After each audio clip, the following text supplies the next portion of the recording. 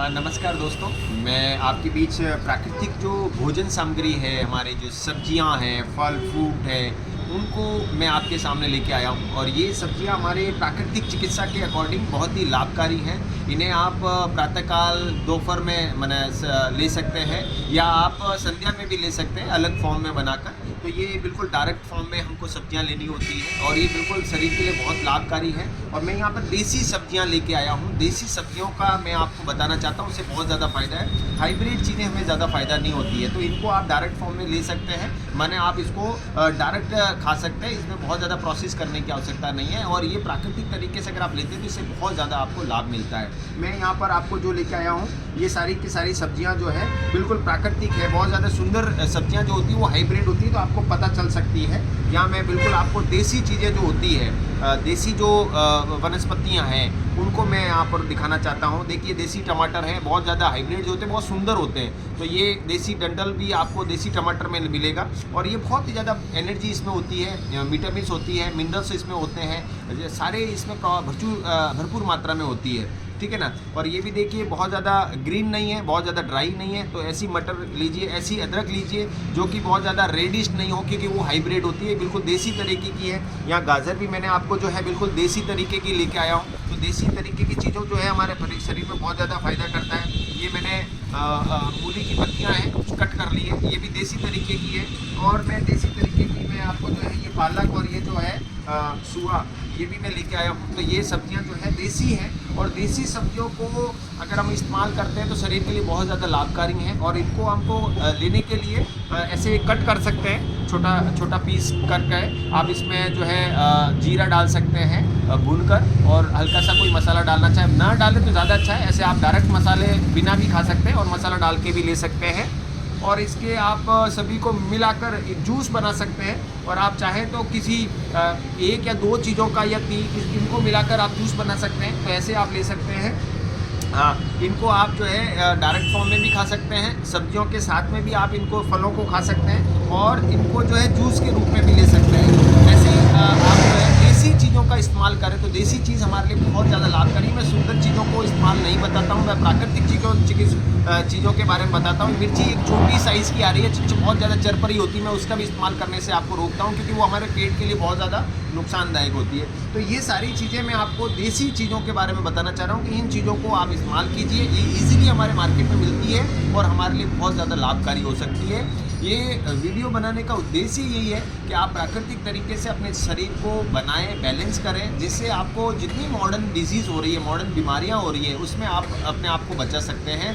भले ही आज बहुत से लोग कह रहे हैं मेरे को एसिड बहुत बनता है, मेरे खान पीन जो है पचता नहीं है, मेरे बॉडी में जो है सर भारी हो जाता है, तो मेरे गले में ना जैसे गरम गरम सा लगता है, जैसे एसिड की वजह से या आप डिहाइड्रेशन की वजह से किसी को वॉमिट हो जा रही है, किसी को ना जो है बहुत ज़्यादा गर्मी सी लगती है, जलन होती है पेट में। और बहुत से लोगों को धीरे धीरे एसिडिक होने से सर में भारीपन हो जाता है, गर्दन में, बॉडी में जॉइंट्स पेन होने लग जाता है, रूमेटिक अर्थराइटिस की समस्या इस तरह की खान पीन ना करने की वजह से। हम फास्ट फूड जो खा रहे हैं वो शरीर के लिए ना हार्मफुल है, ये आप जानते हैं, लेकिन इनको कैसे खाना है ये आपको मैं बताना चाह रहा हूँ। इन चीज़ों को आप डायरेक्ट फॉर्म में खा सकते हैं, जूस के रूप में खा सकते हैं, इनको आप सूप के रूप में आप ले सकते हैं। और ये डायरेक्टली जितना ज़्यादा अच्छा कंज्यूम करेंगे, शरीर में जो एसिडिक जो प्रोसेस होता है वो क्यों होता है, क्योंकि हमारे बॉडी डाइल्यूट नहीं कर पाता है। बहुत सी चीज़ें हम जो खाते हैं वो डाइल्यूट नहीं होता, वो दूसरे फॉर्म में कन्वर्ट नहीं होता, जिससे हमारे बॉडी में विटामिन जितने होते हैं वो प्रॉपर नहीं मिल पाते हैं, एंजाइम्स प्रॉपर क्रिएट नहीं हो पाते हैं। और जो बॉडी के अंदर जो एल्कलाइन जो मटेरियल है, एल्कलाइन जो टेक्निक है, वो प्रोसेस प्रोडक्ट नहीं हो पाती है, जिससे हमें कोई ज़्यादा बीमारियां आ रही है, जिससे हमारा ब्लड गाढ़ा हो रहा है, जिससे हमें हार्ट की थिकनेस जो है वो उसके वजह से, ब्लड की वजह से जो है हमारे पूरा का पूरा जो है नलियों में जो है खून जो है जम जा रहा है, जिससे हार्ट की प्रॉब्लम्स क्रिएट हो रही है, किडनी की प्रॉब्लम्स क्रिएट हो रही है। बहुत से लोगों को खान पीन प्रॉपर नहीं होने से, एसिडिक होने से लीवर ख़राब हो रहा है, लीवर इनलार्ज हो रहा है, किसी का सिंक हो रहा है। तो ये सारी चीज़ें हमें इस वक्त जो है खानी चाहिए और नेचुरल तरीके से अपने आप को जीना चाहिए। ये मेरा बताने का आपका उद्देश्य है। साथ ही साथ मैं आपको कहूँगा कि इसको आप एल्कलाइन मटेरियल बना के लीजिए। इन सभी सब्जियों का जो वेस्टेज होती है, जो आपने जैसे यूज़ करेंगे, तो जैसे ये इसका पार्ट्स मिल गया आपको, ठीक है ना। और ऐसे आप मिर्ची काटते तो मिर्ची का ये जैसे ये पार्ट हो गया, आप यूज़ नहीं करते हैं। आप जैसे ये मटर है तो इसको आप जब छील लेते हैं ऐसे, तो मटर को छीलने के बाद जो है आप देखेंगे कि ये जो छिलके हैं, इन छिलकों का जो है ये आपका इस्तेमाल आप प्रॉपर नहीं कर पाते हैं, तो इनको इस्तेमाल कर सकते हैं। ये जो अदरक है, अदरक के टुकड़ों को इस्तेमाल कर सकते हैं आप, ठीक है ना। और आप गाजर के भी जैसे देखिए डंठल, आप ये पीछे वाला जो वेस्टेज पार्ट है ये ले सकते हैं, ये पार्ट्स आप ले सकते हैं। और गोभी भी आप जो है आप ऐसे डायरेक्ट जो है ये डंठल जो है ये आप यहाँ से देखते हैं कि डंठल का कोई प्रयोग नहीं होता, तो आप इसको फेंक देते हैं, ये आपका बहुत ही अच्छा है। ऐसे ही आप ये शिमला मिर्च है, तो शिमला मिर्च में भी क्या करते हैं आप, ये जो है पार्ट्स इसको आप ऐसे फेंक देते हैं। पालक की जो पत्तियाँ होती है, और इन पत्तियों में भी आपने देखा होगा कि आप पालक का ये यूज़ करते हैं और इसको आप जो है फेंक देते हैं। तो ये सारी चीज़ें जो है आप यूज़ कर लेते हैं। कई बार इसको छील देते हैं, तो छीलने से जो ये पार्ट्स बचते हैं, ठीक है ना। और ऐसे ही जो है मैं, और ये सब चीज़ों के अलावा जो है आपने देखा होगा कि इन सब चीज़ों को मिलाकर आप एल्कलाइन वाटर बना सकते हैं। इसके लिए आपको एक कांच का कटोरा लेना है, ये कांच का कोई बॉटल लेना है, कांच का कोई गिलास लेना है, और इस तरह से बड़ा ले सकते हैं। और मैं आपको अभी छोटे फॉर्म में दिखा रहा हूँ, तो ये देखिए मैं आपको यहाँ दिखाना चाह रहा हूँ। इनको आप छोटा छोटा कट कर सकते हैं, ऐसे ये बहुत छोटे छोटे फॉर्म में ऐसे कट कर सकते हैं। और ज़्यादा भी बड़ा होगा तो आप डायरेक्ट भी डाल सकते हैं। तो इस तरह से आप इसमें डाल देंगे, ये छोटे छोटे पीस इसमें आप डाल देंगे। और अदरक के आप चाहें तो इसे छोटे या बड़े ऐसे टुकड़े करके आप इसमें डाल सकते हैं। और ये गोभी के भी डंठल जो है आप इसमें डाल सकते हैं। छोटे छोटे फॉर्म में आप इसे कर सकते हैं, और आप चाहें तो इसे आप डायरेक्ट या बड़ा भी आप पीस डाल सकते हैं। तो ये सारी चीज़ें हमारे शरीर में बहुत ही ज़्यादा लाभकारी हैं। इसमें आप रंगीन नहीं चाहते हैं तो इसे डालना ना, और डालना चाहें तो रंगीन हो जाता है, तो पानी फ़ायदेमंद ही है। डालना चाहें छोटा सा टुकड़ा डाल सकते हैं। आलू के जो छिलके होते हैं वो छिलके आप इसमें डाल सकते हैं, और आप चाहें तो इसके छोटे छोटे पीस करके भी आप इसमें इस तरह से इसमें आप डाल सकते हैं। मैंने यहाँ पर छोटे छोटे पीस आपको यहाँ पे करके दिखाए हुए हैं, तो इनको भी आप डायरेक्टली मूली या गाजर इस तरह से आप डाल सकते हैं। और नींबू जो है, नींबू को आप छोटा सा टुकड़ा आप इसमें आप डाल सकते हैं, या जो है ज़्यादा बनाना है तो उस तरह से आप इसमें ज़्यादा क्वांटिटी में डाल सकते हैं। तो ये आपका इस तरह से नींबू का पार्ट्स हो गया। इसमें मिर्ची आप डायरेक्ट भी डाल सकते हैं, इस तरह से आप इसमें मिर्ची का प्रयोग कर सकते हैं, ठीक है ना। और इसमें ये सारी चीज़ें आप जब इसमें ऐसे डाल लेते हैं तो सिर्फ इसमें आपको सादा पानी डालना होता है, और इस तरह से पूरा भर दीजिए, अच्छी तरह से पूरा भर गया।